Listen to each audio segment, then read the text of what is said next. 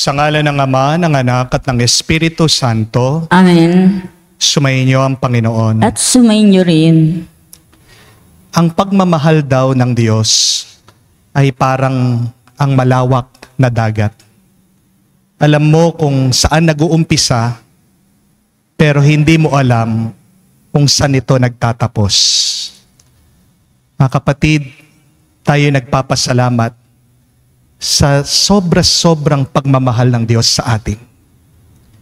Kahit na alam natin, mahirap ang buhay, marami tayong problema, maraming pagsubok, pero kung gusto mong lumakas muli, tandaan mo kung paano umaapaw ang pagmamahal ng Diyos sa iyo. Hindi ka niya pinapabayaan. Naway tayo'y manatili sa pagmamahal ng Diyos. At naway suklian naman natin ang sobra-sobrang pagpapala, ang sobra-sobrang pagmamahal niya sa atin. Sa mga pagkakataon na kung saan nalungkot tayo, nagreklamo tayo, lumayo tayo sa Kanya, hindi tayo naging kamukha niya sa pagmamahal.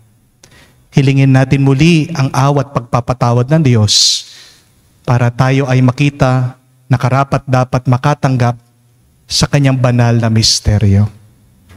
Inaamin ko. Sa makapangyarihang Diyos at sa inyo mga kapatid, na lubha akong nagkasala sa isip, sa salita, sa gawa at sa aking pagkukulang, kaya'y sinasamo ko sa mahal na Birheng Maria, sa lahat ng mga anghel at mga banal, at sa inyo mga kapatid, na ako'y ipanalangin sa Panginoong ating Diyos. Kaawaan tayo na makapangyarihang Diyos, patawarin tayo sa ating mga kasalanan, patnubayan tayo sa buhay na walang hanggan. Amen. Panginoon, kaawaan mo kami. Panginoon, kaawaan mo kami. Kristo, kaawaan mo kami. Kristo, kaawaan mo kami. Panginoon, kaawaan mo kami. Panginoon, kaawaan mo kami. Gloria in excelsis Deo.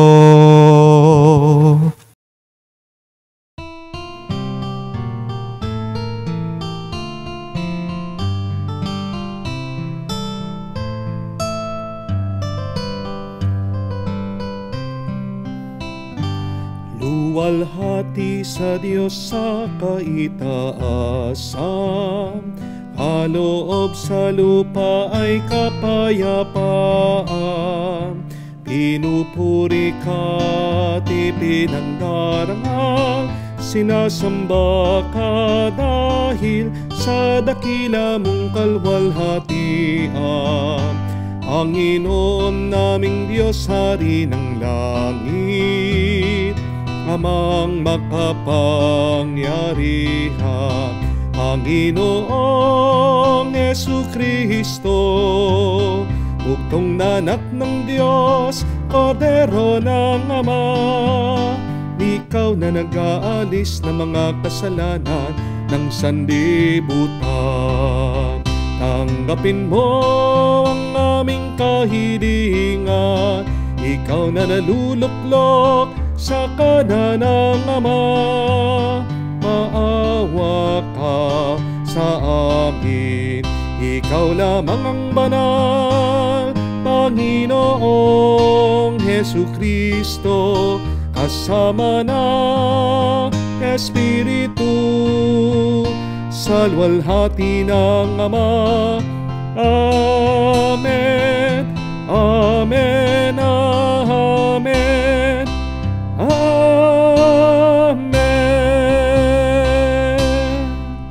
Manalangin tayo. Ama naming makapangyarihan, ang paglingkuran ka ayon sa iyong kasiyahan ay kaloob ng iyong binibigay sa iyong mga hinirang. Gawin mo ang iyong mga pangako ay aming mapakinabangan ayon sa paraang iyong kinalulugdan sa pamamagitan ni Jesucristo kasama ng Espiritu Santo magpa sa walang hanggan. Amen. Pagbasa mula sa aklat ng Deuteronomio. Sinabi ni Moises sa mga tao, "Matakot kayo sa Panginoon, ang inyong Diyos, at sundin ang lahat ng kanyang mga utos at mga tuntunin habang kayo'y nabubuhay. Kung ito'y susundin ninyo, hahaba ang inyong buhay. Kaya nga, dinggin ninyo ito at sunding mabuti. Kung magkagayoy, mapapanuto kayo at lalaki ang inyong lahi pagdating ninyo sa lupaing ipinangako sa inyo, sa lupaing sagana sa lahat ng bagay. Dinggin mo, Israel, ang Panginoong ating Diyos ay siya lamang Panginoon. Ibigin mo ang Panginoong mong Diyos ng buong puso, kaluluwa, at lakas. Ang mga utos niya'y itanim mo sa iyong isip." Ang salita ng Diyos. Salamat sa Diyos. Poong aking kalakasan, iniibig kitang tunay. Poong aking kalakasan, iniibig kitang tunay. Minamahal kita ng tunay na tunay. Panginooy batong hindi matitibag. Matibay kong muog at tagapagligtas. Poong aking kalakasan, iniibig kitang tunay. Diyos ko, ang sa akin ay siyang nag-iingat. Tagapagtanggol ko at aking kalasag. Sa iyo, Panginoon, ako'y tumatawag. Sang mga kaaway, ako iyong iligtas. Poong aking kalakasan, iniibig kitang tunay. Panginooy buhay, siya'y tagapagligtas. Matibay kong muog, purihin ng lahat. Sa piniling hari, dakilang tagumpay, ang kaloob ng Diyos sa kanyang hinirang.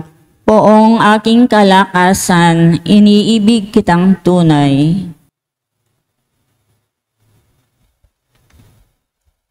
Pagbasa mula sa sulat sa mga Hebreyo.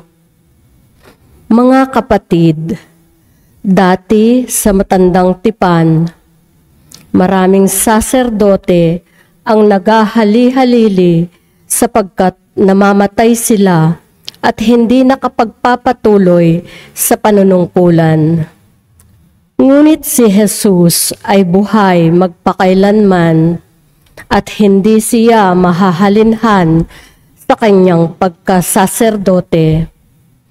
Dahil nga riyan, lubusan niyang maililigtas ang lahat ng lumalapit sa Diyos sa pamamagitan niya, sapagkat siya'y nabubuhay magpakailanman upang mamagitan para sa kanila. Si Jesus, kung gayon, ang dakilang saserdoteng makakatugon sa ating pangangailangan.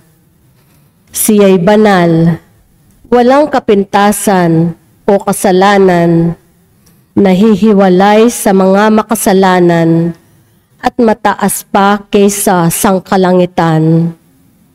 Hindi siya katulad ng ibang mga dakilang saserdote na kailangang maghandog ng mga hain araw-araw, Unay para sa sarili nilang kasalanan at pagkatapos para sa kasalanan ng mga tao. Minsang maghandog si Jesus at ito'y pang magpakailanman nang hihandog niya ang kanyang sarili. May mga kahinaan ang mga dakilang saserdoteng hinirang ayon sa kautusan. Subalit ang saserdoteng hinirang na may panunumpa ay ang anak, banal, magpakailanman. At ang panunumpa ng Diyos ay huling dumating kaysa kautusan. Ang salita ng Diyos. Salamat sa Diyos.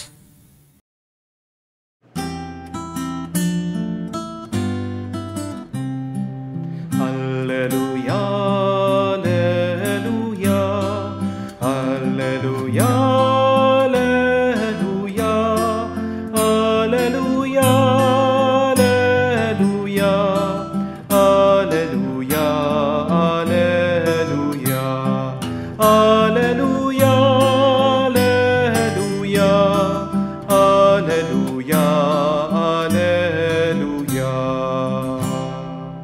Ang sa akin nagmamahal, tutupad sa aking aral, Ama't ako'y mananahan. Alleluia, alleluia.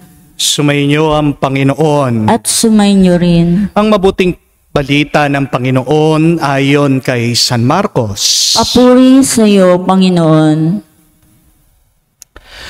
Nung panong yun, lumapit ang isa sa mga eskriba kay Jesus at tinanong siya, alin pong utos ang pinakamahalaga? Sumagot si Jesus, itong pinakamahalagang utos. Pakinggan mo, Israel. Ang Panginoon na ating Diyos, siya lamang ang Panginoon. Ibigin mo ang Panginoon mong Diyos ng buong puso, buong kaluluwa, at buong pag-iisip at buong lakas. Ito naman ang pangalawa. Ibigin mo ang iyong kapwa gaya ng iyong sarili. Wala nang ibang utos na hihigit pa sa mga ito. Tama po, guro, wika ng eskriba. Totoo ang sinasabi ninyo. Iisa ang Diyos at wala nang iba liban sa Kanya. Ang umibig sa Kanya ng buong puso, buong pag-iisip, buong lakas, at ang umibig sa kapwa gaya ng kanyang sarili ay higit na mahalaga kaysa magdala ng lahat ng handog na susunugin at iba pang hain. Nakita ni Jesus na matalino ang kanyang sagot. Kaya't sinabi niya, malapit ka nang mapabilang sa pinagaharian ng Diyos. At wala nang nangahas na magtanong kay Jesus mula noon. Mga kapatid, ang mabuting balita ng ating Panginoon. Pinupuri ka naming Panginoong Hesukristo. Magandang araw po muli sa inyong lahat at sa lahat po ng ating mga taga-subaybay sa ating banal na misa. Welcome po sa ating parokya and a very happy and blessed Sunday po sa inyong lahat. Kung meron po kayong katabi, pakigreet nyo naman po, happy and blessed Sunday. Kung kayo po ay mag-isa, please smile. Why? Because every gising is a blessing. Amen? We know, my dear friends, that in order to receive, you must give. Kung gusto mong makatanggap, dapat marunong ka ring magbigay. Halimbawa po, anong kailangan mong gawin para pumasa ka sa exam? Siyempre, kailangan kang mag-aral. Kailangan masagot mo 50% ng test mo. Amen? Anong kailangan mo namang gawin para ikaw ay makatagpo, makakuha ng trabaho? Siyempre, kailangan mag-submit ka ng magandang resume. Dapat din po may kakilala ka, may backer ka. Di po ba? At syempre, pag in-interview ka, kailangan marunong ka ding sumagot. Ngayon, marami po nagtatanong nito, ano daw pong kailangan gawin para magka-jowa sila? Ano po ang sagot? Unang-una po dyan, dapat mabango ka. Ha? Maligo po kayo. Magsupilyo ka. Dahil ang natatandaan ng mga tao, hindi lang po ang itsura. Ang natatandaan po ng mga tao, yung amoy mo. The scent leaves an impression in us. Amen? Pangalawa po dyan, dapat may pera ka. Hindi po ba? Kasi ang pera nakakaganda. Ang pera nakakagwapo. Kahit na wala kang itsura, kahit na pangit ka, pag may pera ka, nagkakagusto sila sa iyo. Amen? Practical na po ang mga tao ngayon. Number 3, kung wala kang pera, kung wala kang ganda, wala kang kagwapuhan, daan mo sa sipag, daan mo sa kabaitan, daan mo sa tiyaga. Makukuha mo din siya. Ngayon po, kung mabango ka, kung may pera ka, kung matyaga ka, kung mabait ka, at wala pa ring nagkakagusto sa'yo, ano pong kailangan yung gawin? Pakinggan niyo po ito, magpari na lang po kayo. Bakit po? Kasi po, pag nagpari ka, kahit na wala kang itsura, madaming magkakagusto sa iyo. Sa akin na lang po, Ang dami pong nagkakagusto po sa akin. Yun lang nga, mga senior citizen. Ayan, shout out po sa mga fans kong senior citizen. Joke lang po. Ito pong huling tanong ko. Pagdating po sa pagmamahal, ano pong kailangan nating gawin para tayo po ay mahalin ng iba? What do you need to do in order for other people to love you? Ano pong kailangan para mahalin ka ng iba? Kailangan ba na magmahal ka din? Di po ba? Hindi. Ang dami pong ganyan. Kahit na nagmamahal na silang nagmamahal, hindi pa rin sinusuklian ang kanilang pagmamahal. MU ang tawag po nila dyan. Anong ibig sabihin ng MU? Maling ugnayan. What do you need to do in order to be loved? Simple lang po ang sagot. Wala. You need to do nothing in order for you to be loved.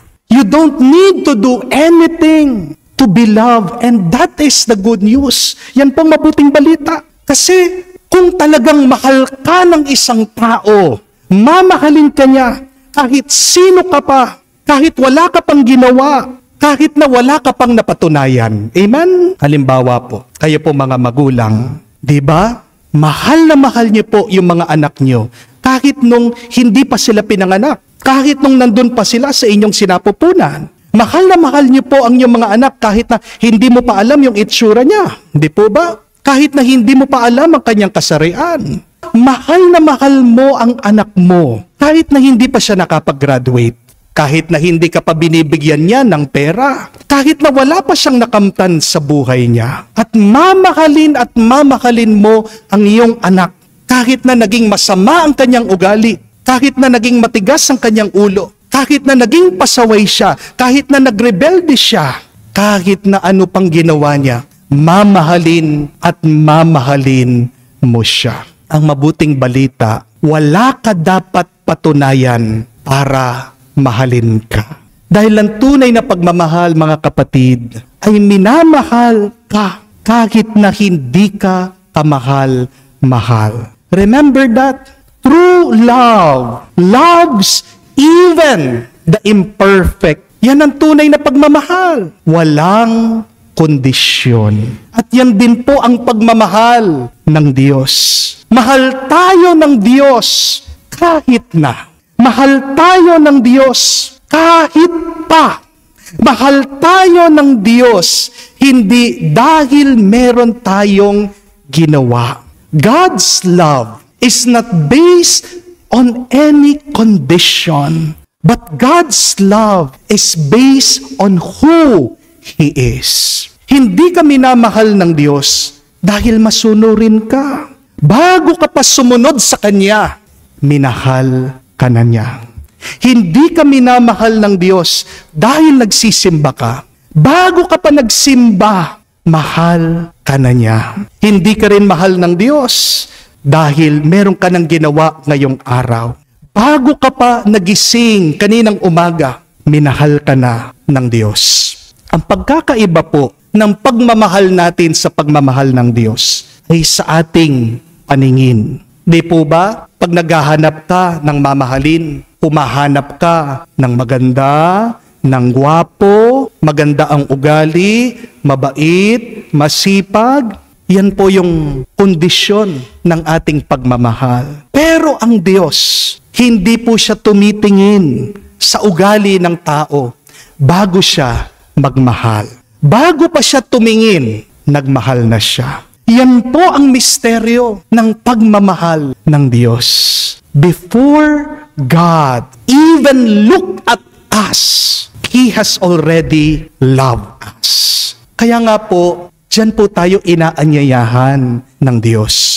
Diyan po tayo inaanyayahan ng mabuting balita natin ngayon. Na mahalin natin ang Diyos ng buong isip, buong puso, buong kaluluwa, buong lakas natin. Bakit? Bilang sukli, bilang paggalang, bilang pasasalamat natin sa kanyang pagmamahal sa atin. Dahil ang kanyang pagmamahal, mga kapatid, umaapaw. Ang pagmamahal ng Diyos sa atin, sobra-sobra. Amen? Understand, my dear friends, that even if we are commanded to love God is actually a blessing for us. When you love God, you are already being filled with His grace. Wag po sana nating makitang pabigat ang pagmamahal natin sa Diyos. Dahil kung mamahalin lang natin ang Diyos, ikaw din ang makikinabang sa pagmamahal na yan. Ano po ang sabi ng banal na kasulatan sa Ebanghelyo ni San Juan? Ang mga nagmamahal sa Diyos ay magkakaroon ng buhay na walang hanggan. Sobra-sobra ang pagmamahal ng Diyos sa atin. Pero bakit tira-tira lang ang binibigay natin, binabalik natin sa Kanya? We must give to God what is right. Do not give to God what is left. Amen? Yan po ang problema sa atin Puro tira-tira lang ang pagmamahal na binibigay natin sa Diyos at sa ibang tao. Diba? Isang oras na lang ang ibibigay mo sa pagdarasal, sa pagsisimba.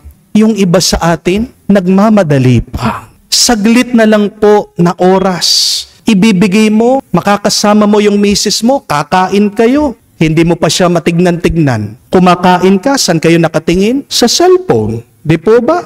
Kung minsan, weekend na lang ang ibibigay mo sa iyong pamilya. Pero pag nagsasama kayo, anong ugali mo? Napaka-buwisit mo, napakataray mo, napakainit ng ulo mo. Palagi mo silang pinagsasabihan ng masama. Ang dami po sa atin gusto ng best relationship. But how can you receive the best if you do not give the best of yourself? How can you have the best relationship if when you love, you do not give your best effort? If you want your relationship to be extraordinary, ano pong kailangan nating gawin? You must put in some extra in the ordinary. Naiintindihan niyo po ba? Kasi yan po ang tunay na pagmamahal. Nagpapasobra. Hindi po kontento ang nagmamahal dun sa sapat na. Pag tunay ka nagmamahal, gagawin mo ang lahat, may sobra pa. Hindi po ba? Pag tunay ka nagmamahal, kung nagluluto ka, magpapasobra ka. Amen? Kung tunay ka nagmamahal, magbibigay ka ng regalo, dadagdagan mo yung pagbibigay mo ng regalo. Kung tunay ka nagmamahal, bibigyan mo ng pera yung misis mo, magpapasobra ka. Ayan po mga misis, alam nyo na po ang sasabihin nyo sa inyong mga asawa. Mahal mo ba ako? Tunay? Totoo? Magpasobra ka. Ano? Ang tunay na nagmamahal, mga kapatid, hindi kuripot.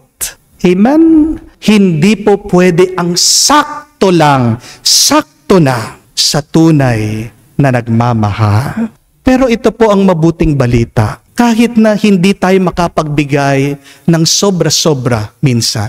Dahil tayo po ay mahina, dahil tayo ay makasalanan, dahil tayo ay hindi perpekto. Hindi titigil ang Diyos na magbigay sa iyo ng pagpapala na sobra-sobra.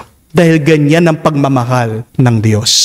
Magpapasobra siya ng pagpapala, hindi dahil meron kang ginawa, kung hindi dahil yan ang Panginoon natin. Nag-uumapaw ang kanyang grasya. Matandaan niyo po, pinarami ng Diyos ang pagkain. Di ba nabusog sila? May sobra pa, may take out pa. May balot, may Sharon pa sila.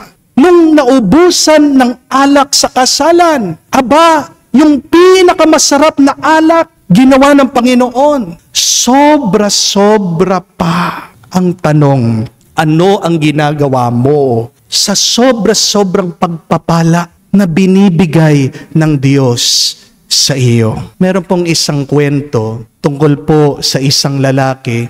Meron po siyang pinakasalan na isang babae.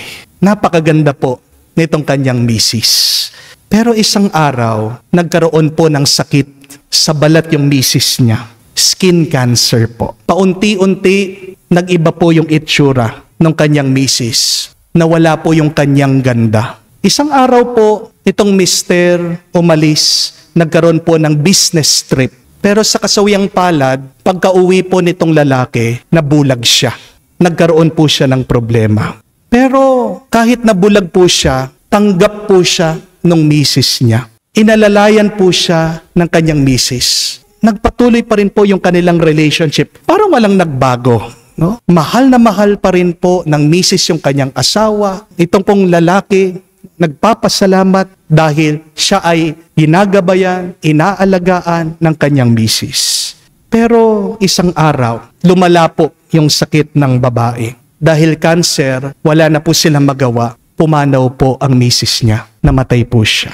Sobrang lungkot po ng lalaki nung pong nilibing yung kanyang asawa. Kaya nagdesisyon po siya na ibenta ang lahat at umalis po sa lugar para hindi po niya naaalala yung kanyang misis. Sabi po nung abogado nitong lalaki, paano ka mabubuhay na mag-isa? Wala na yung misis mo. Alam niyo po, dito po sinabi nitong lalaki ang katotohanan. Sabi niya, hindi naman talaga ako totoong bulag. Nagpanggap lang akong bulag. Nagkunwari lang akong hindi nakakakita. Para hindi ma-insecure at malungkot yung aking asawa. Nakikita ko araw-araw, talagang nag-iba yung kanyang itsura, pumangit siya. Pero hindi ko minahal ang misis ko dahil sa kanyang itsura. Sabi po ng mister, mahal na mahal ko ang aking misis dahil mahal ko siya. Alam po natin ang kasabihan that love is blind. Pero hindi ko po alam kung alam nyo kung ano ang dahilan bakit sinasabi natin yon. Why is love blind? Kasi ang tunay na pagmamahal, pinag-iisa niya ang dalawang puso, ang dalawang kaluluwa na hindi nakikita. True love is blind because it unites two souls that are invisible, that you cannot see. At ganyan din po ang pagmamahal ng Diyos sa atin. Kahit na ang Diyos, kita niya ang lahat, pero pagdating po sa atin, bulag siya sa kanyang pagmamahal. Kahit na marami tayong mga kasalanan ginagawa sa Diyos, tandaan niyo po ito, mas malaki ang kanyang pagmamahal kesa sa ating pagkakasala. God's love is blind. He loves despite of our sins. He loves despite of our disobedience. And He loves despite of our lowest low. Kung tayo galing sa Diyos, sana magmahal din tayo kamukha niya. Huwag magdidepende ang iyong pagmamahal sa ginagawa ng tao. Pero sana magmula ang iyong pagmamahal galing sa Diyos, galing sa iyong puso. Love not through your eyes. But love, my dear friends, please, from your heart. Ask that question. How do I love? Do I love from my heart or do I love from my eyes? Minsan ang balakid ng napakarami sa atin sa pagmamahal. Nagmamahal sila sa isip. Bakit hindi na nila kayang mahalin ang kanilang mga asawa, ang kanilang mga anak? Naiisip nila palagi yung ginawang mali ng kanilang minamahal. Again, my dear friends, I invite you, do not love through your mind, but love through your heart. Because in your heart, you have received the love of God. You have received the grace from God. Kaya nga po, kung nalulungkot kayo ngayon, marami kayong problema, marami kayong pagsubok, marami kayong bigat sa buhay, isipin nyo lang po ito. Mahal ka ng Diyos. When you try to reflect on that, when you try to pray over that, you say it, repeat it, God loves me. God loves me. God loves me. You will be strengthened by that. Magpapalakas sa'yo, hindi pera, hindi kayamanan, kundi ang pagmamahal ng Diyos.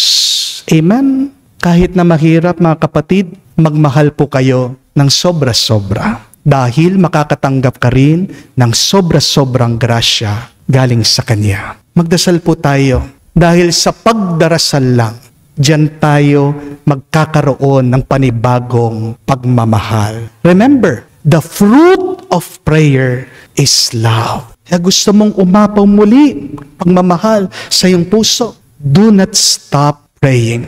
Please, my dear friends, follow the greatest commandment to love God, to love your neighbor, to love yourself. Dahil sa iyong ginagawa, ikaw din ang makikinabang. Sobra-sobra po ang tinanggap natin sa Diyos. Pasalamatan natin siya sa pamamagitan ng pagmamahal din sa ating mga kapwa, sa ating sarili, ng sobra-sobra. Amen.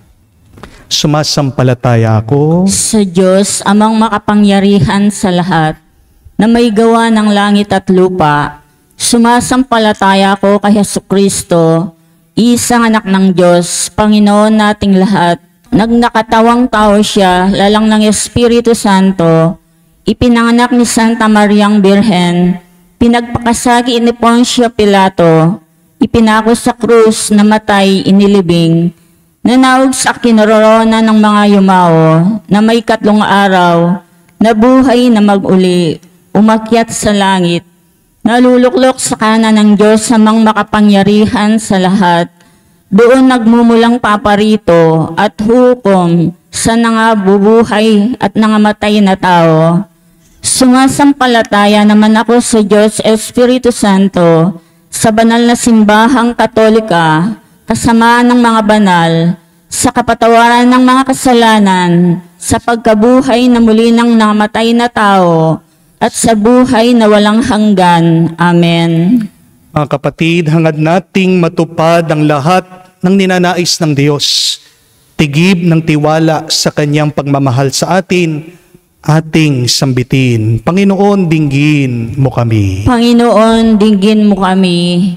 Para sa mga namumuno sa simbahan, ang bayang hinira ng Diyos, upang maipamalas nila sa lahat ang dakilang halimbawa ng pag-ibig, manalangin tayo sa Panginoon. Panginoon, dinggin mo kami. Para sa lahat ng mga pari at namanata sa Diyos, mapuspos nawa sila ng dalisay sa pagmamahal sa Diyos at sa kanilang kapwa, manalangin tayo sa Panginoon. Panginoon, dinggin mo kami. Para sa mga namumuno sa ating bansa, upang magsikap silang magpalaganap, hindi ng galit, puot at paghiganti, kundi ng tunay na pag-ibig sa kapwa, lalo na sa mga dukha at nangangailangan. Manalangin tayo sa Panginoon. Panginoon, dinggin mo kami. Sa katahimikan po ng ating puso, banggitin natin sa Diyos ang ating mga personal na pangangailangan. Ama naming mapagmahal, sugo mo sa amin ang iyong banal na Espiritu upang mapuspos kami ng tunay na pag-ibig sa iyo at sa aming kapwa. Sana'y matamo namin ang aming kahilingan sa buhay at kasiyahan ng kalooban at maging katulad ng iyong anak na si Jesucristo, aming Panginoon. Amen.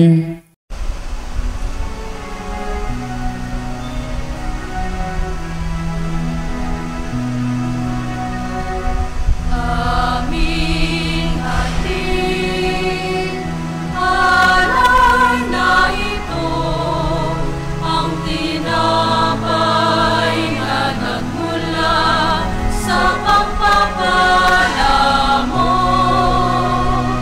At tanggapin ang alak na ito, inuwing inihain sa'yo.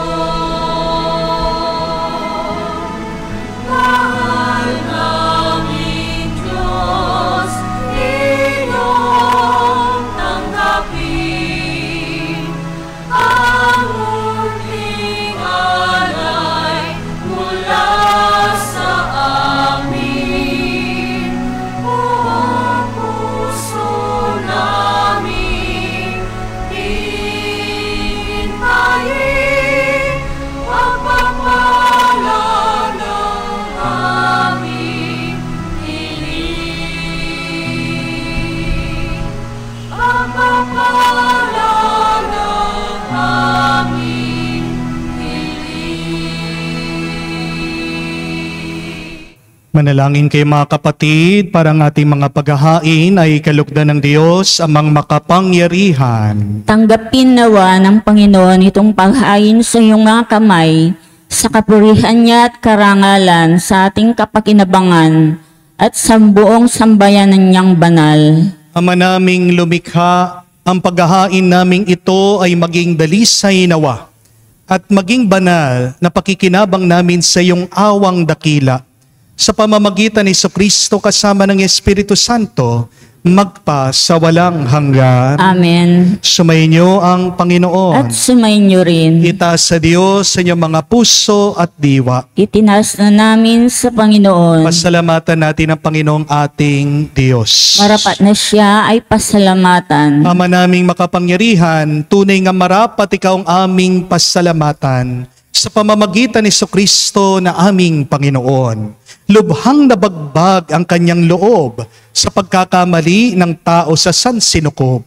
Kaya minabuti niyang siya'y ipanganak ng birheng bukod mong pinagpala sa babaeng lahat. Sa labi ng imbing kamatayan, kami ay inagaw ng namatay mong anak. Sa pagkabuhay niya kami kanyang binuhay, upang kaugnay namin sa iyong huwag magwakas. Kaya kaisa na mga anghel na nagsisiawit ng papuri sa iyo nang walang humpay sa kalangitan, kami nagbubunyi sa iyong kadakilaan.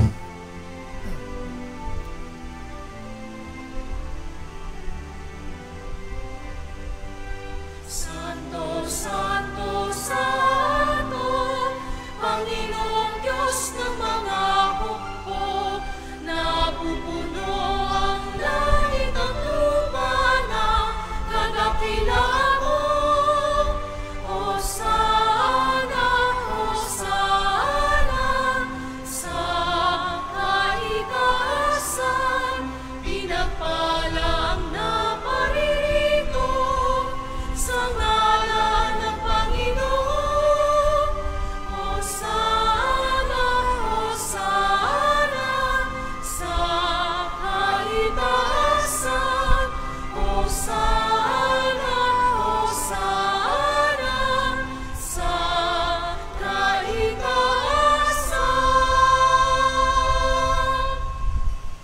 Ama naming banal, ikaw ang bukalan tanang kabanalan. Kaya't sa pamagitan ng iyong Espiritu, gawin mong banal ang mga kaloob na ito, upang para sa amin maging katawan at dugo ng aming Panginoong Jesucristo. Bago niya pinagtiis ang kusang loob na maging handog, hinawakan niyang tinapay, pinasalamatan kanya, pinaghati-hati niya iyon, inabot sa kanyang mga alagad at sinabi, "Tanggapin ninyong lahat ito at kanin. Ito ang aking katawan na ihahandog para sa inyo.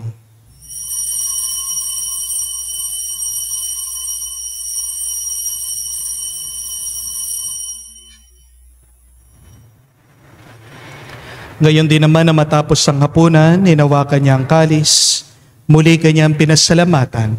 Inabot niya ang kalis sa kanyang mga alagad at sinabi, tanggapin ninyong lahat ito at inumin. Ito ang kalis ng aking dugo, ng bago at walang hanggan tipan. Ang aking dugo na ibubuhos para sa inyo at para sa lahat, sa ipagpapatawad ng mga kasalanan. Gawin ninyo ito sa pag-alaala sa akin.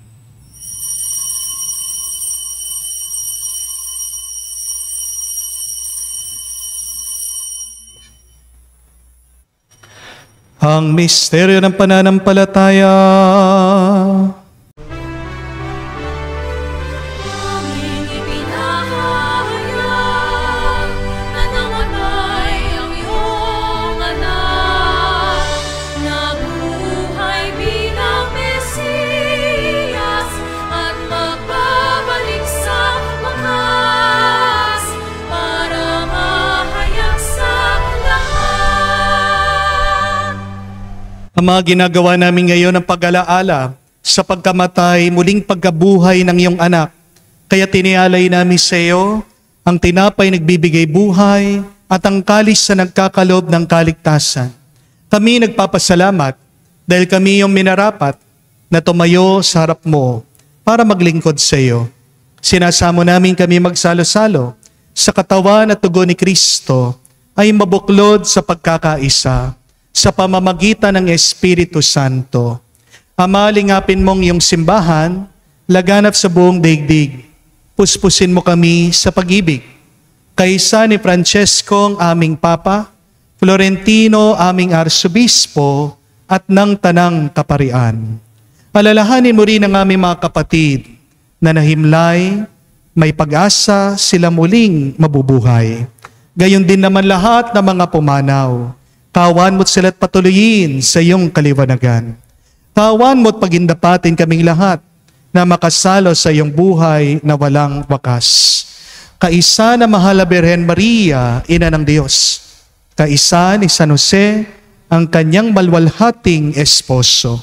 Kaisa na mga apostol at lahat ng mga banal na namuhay dito sa daigdig na kalugod-lugod sa iyo. May pagdiwang nawa namin ang pagpupuri sa ikararangal mo sa pamamagitan ng iyong anak, aming Panginoong Heso Kristo. Sa pamamagitan ni Kristo, kasama niya at sa Kanya, ang lahat ng parangal at papuri ay sa iyo, Diyos Ama, makapangyarihan, kasama ng Espiritu Santo, magpasawalang hanggan. Amen, amen, amen. Sa nakakagaling na utos at turo ni Jesus sa Panginoon natin at Diyos, ipahayag natin ng lakas loob.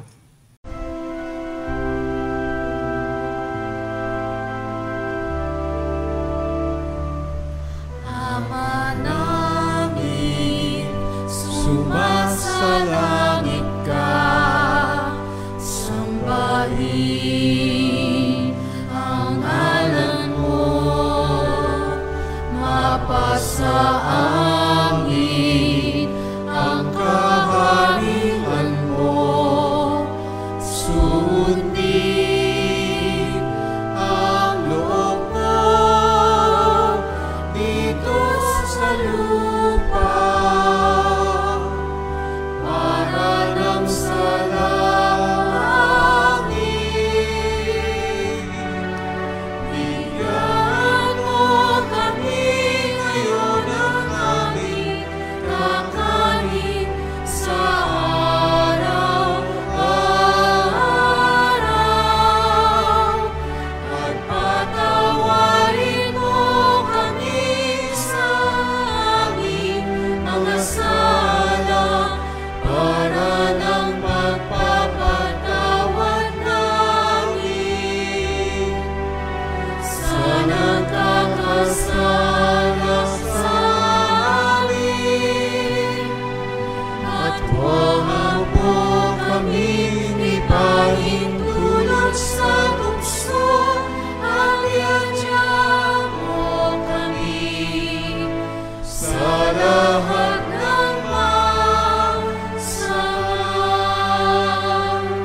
Hinihiling namin kami adya sa lahat na masama, pagkalooban ng kapayapaan araw-araw, ligtas sa kasalanan, ilayo sa lahat ng kapahamakan, samantalang aming pinanabikan ang dakilang araw ng pagpapahayag ng tagapagligtas naming si Heso Kristo. Sapagkat iyong kaharian at ang kapangyarihan at ang kapurihan magpakailanman. Amen. Panginoong Heso Kristo, sinabi mo sa iyong mga apostol, kapayapaan ang iniiwan ko sa inyo. Ang aking kapayapaan binibigay ko sa inyo. Tunghayan mo ang aming pananampalataya. Huwag ang aming pagkakasala.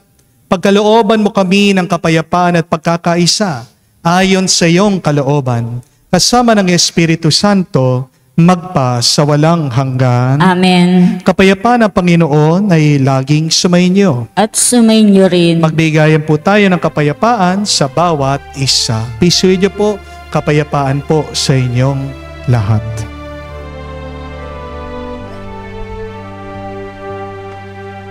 Kordero ng Diyos na nag-aalis ng mga kasalanan ng sanlibutan, maawa ka sa amin. Maawa ka sa amin. Kordero ng Diyos na nag-aalis ng mga kasalanan ng sanlibutan, maawa ka sa amin. Maawa ka sa amin. Kordero ng Diyos na nag-aalis ng mga kasalanan ng sanlibutan, ipagkaloob mo sa amin ang kapayapaan.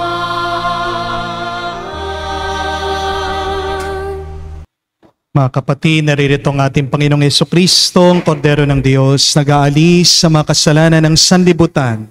Mapalad tayong lumalapit sa piging ng Kordero. Panginoon, hindi ako karapat-dapat na magpatuloy sa iyo, ngunit sa isang salita mo lamang ay gagaling na ako.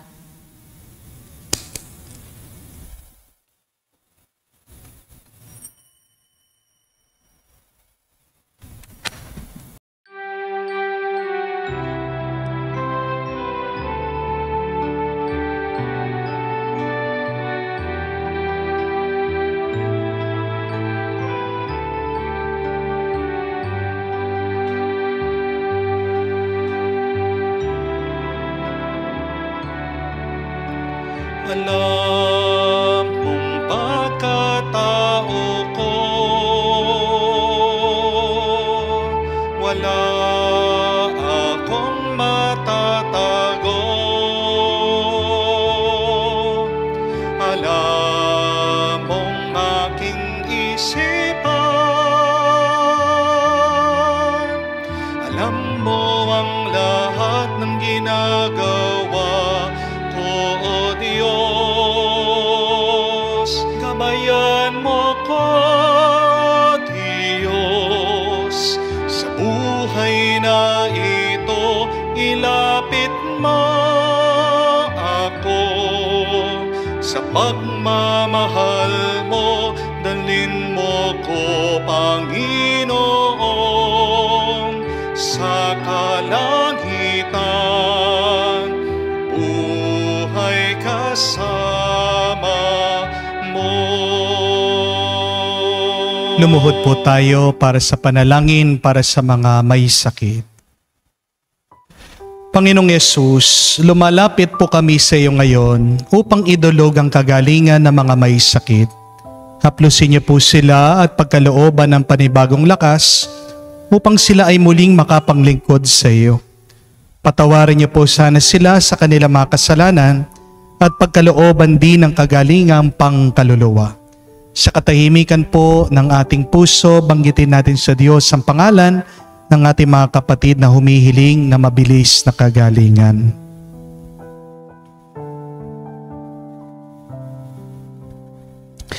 Hinihiling namin ito sa ngalan ni Kristo, aming Panginoon. Amen. Panalangin para sa mga OFW. Ama, pinapanalangin namin sa iyo ang natatanging kahilingan ng lahat ng mga nagtatrabaho sa ibang bansa. Tulungan mo sila bawat sandali ng kanilang buhay habang nasa ibang bansa. Palakasin mo sila kapag pinanghihinaan sila ng kalooban. Pagalangin mo sila tuwing nagkakasakit. Aliwin mo sila kapag nalulungkot sila. Hilayo mo sila sa anumang masama at kapahamakan upang magpatuloy sila lagi sa kanilang buhay. Mapahalagan nawa ng kanilang mga pamilya ang bawat sakripisyo nila sa ibang bansa upang wag masayang ang kanilang pagpapagal. Kaawaan at pagkalooban mo ng biyaya ang lahat ng mga OFW dahil sa iyo lamang aas at wala ng iba pa. Ang lahat ng ito ay aming sama-samang panalangin sa ngalan ni Jesus. Amen. Banal na mukha ni Jesus. Kaawaan mo kami. Manalangin tayo. Ama naming mapagmahal, magkaroon nawa ng karagdagang bunga ang iyong ginampanan sa aming banal na pakikinabang upang sa aming pagsasalo, maging handa kaming tumanggap sa katuparan ng pangako mo. Sa pamamagitan ni Jesucristo, kasama ng Espiritu Santo, magpa sa walang hanggan. Amen. Ang mabuting balita ay, kahit na wala tayong gawin, mamahalin at mamahalin tayo ng Diyos. Bago man magumpisa ang umaga, mahal na tayo ng Diyos. Bago man tayo magtrabaho, mahal tayo ng Diyos. At kahit na tayo ay lumayo sa Kanya, kahit na tayo nahihirapan o nabibigatan minsan sa buhay, mahal tayo ng Diyos. Naway yan ang magpalakas sa atin, magpatuloy sa ating paglalakbay sa buhay na ito. Kung nararamdaman mo at nararanasan mo na mahal ka ng Diyos, naway suklian mo naman ang pagmamahal ng Diyos. Paano? Maging kamukha ka niya sa pagmamahal. Magmahal ka galing sa puso. Huwag kang magmamahal sa pamamagitan ng iyong mata, ng iyong isip. At kung ikaw ay magmamahal, sana kamukha ng Diyos, sobra-sobra. Huwag sakto. Huwag limitado. Kaya nga po, para sa ating assignment ngayong linggo, magbigay po kayo ng sobra. Kung kayo po ay kakain sa labas, magtip naman po kayo ng sobra. Kung kayo man po ay maglilimos, maglimos naman po kayo ng sobra. Kung kayo naman po ay magtatrabaho, sana dagdagan niyo po ang effort niyo. Kung mag-spend po kayo ng quality time kasama ang inyong mga pamilya, pasobrahan nyo naman po ang oras at magbigay kayo ng sobrang atensyon habang kasama nyo sila. Dahil mga kapatid, tandaan nyo po, ang pagbibigay natin at pagmamahal natin, tayo din ang nakikinabang. It is written in the Bible that it is more blessed to give than to receive. Di lang sana tayo tanggap ng tanggap sa Diyos. Magbigay ka at makikita mo aapaw, sobra-sobra ang grasya niyang darating sa buhay mo. Sumayin niyo ang Panginoon. At sumayin niyo rin. At kayo ay pagpalain ng Diyos makapangyarihan sa lahat sa ngalan ng Ama, ng Anak, ng Espiritu Santo. Amen. Ang ating misa ay natapos na. Umayo kayo sa kapayapaan ni Kristo. Salamat sa Diyos.